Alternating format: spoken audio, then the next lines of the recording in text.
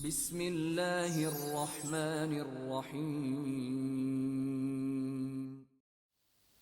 السلام عليكم ورحمة الله وبركاته. الحمد لله الذي جعل القرآن حياة لإيمان المسلمين. صلاة وسلاما على نبينا وحبيبنا وشفينا محمد وعلى آله وصحبه أجمعين. أما بعد. Pemirsa yang dirahmati oleh Allah Subhanahu wa taala. Pada pertemuan kali ini kita akan melihat bagaimana Al-Qur'an menjadi hidup,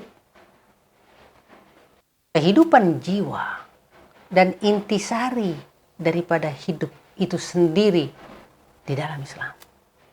Artinya bahwa sekalipun kita hidup dengan ruh kita, namun kita tidak meyakini dan mempercayai Al-Qur'an, itu tetap saja dianggap kematian di sisi Allah Subhanahu wa taala.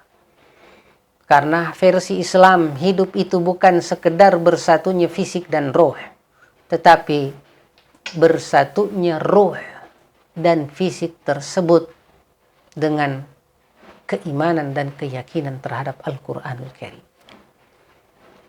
Demikian pula kematian di dalam Islam bukan sekedar berpisahnya ruh dari fisik, tetapi berpisahnya ruh dari Al-Quran.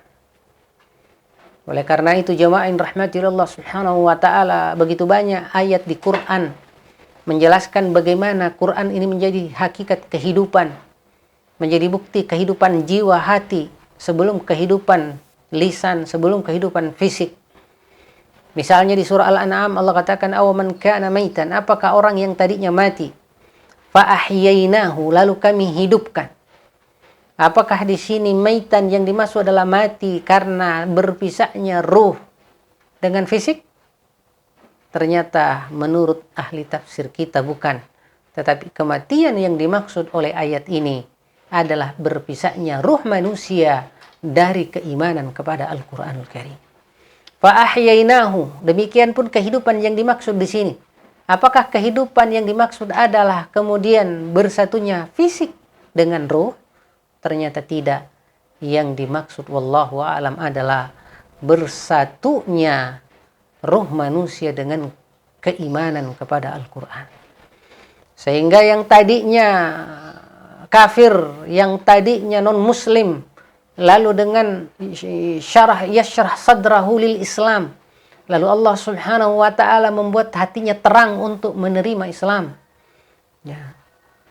Lalu fa'ahyainahu, dengan itu ia menjadi hidup. Hidup di sini wallahu alam, yaitu semangatnya, harapannya, keinginannya, niatnya, cita-citanya, semuanya dilandasi oleh keimanannya, rasa cintanya kepada Allah, usahanya untuk mengikuti Rasulullah sallallahu alaihi wasallam, sikapnya yang berlomba-lomba dalam melakukan kebaikan, bahkan berlomba-lomba dengan orang-orang yang saleh dalam rangka mempersembahkan yang terbaik. Inilah yang mereka Allah katakan, apa aman kana maitan, orang yang tadinya mati hatinya, fa ahyainahu, lalu kami hidupkan dengan keimanan dan keyakinan.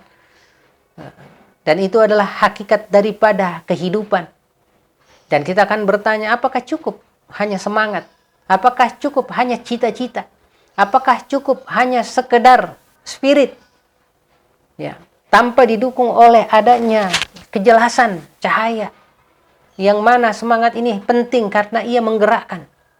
Namun apakah gerak itu cukup tanpa ada cahaya yang memandu?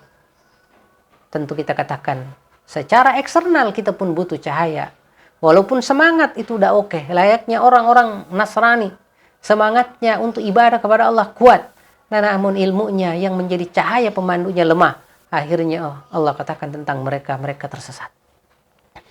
Nah karenanya di samping Quran secara internal berfungsi sebagai menghidupkan, menggerakkan, menyemangati, Allah katakan juga waja'alna lahu nura, juga sekaligus Allah pandu dengan cahaya di luar dirinya, ya, yang memandunya dari keimanan menuju kepada amal, baik amal yang sifatnya praktis, yaitu rukun Islam, lalu kemudian ditambah dengan akhlak-akhlak kejujuran, memenuhi janji, dan semua akhlak-akhlak terpuji lainnya, sehingga itu menjadi cahaya di tengah masyarakat. Yamshi bihi finnas, dengan cahaya itu, dengan hidup dan semangat itu, mereka lalu kemudian beraktivitas di tengah masyarakat menjadi contoh dan teladan. Ya, kama mathaluhu fidh dhulumat, maka mungkin itu disamakan dengan mereka yang dalam kegelapan. Ya, orang-orang yang mati hatinya, orang-orang yang hidupnya dipenuhi dengan kegelapan, tidak mengenal semangat iman, tidak mengenal dan berharap adanya cinta Allah, tidak mengenal dan berharap akan adanya petunjuk.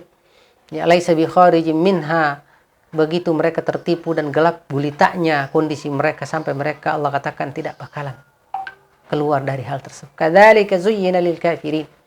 Demikianlah Allah Subhanahu wa taala menghiasi orang-orang kafir dengan ketertipuan. Dia anggap pengkhianatan itu sebagai amanah. Mereka anggap yang haram itu sebagai yang halal.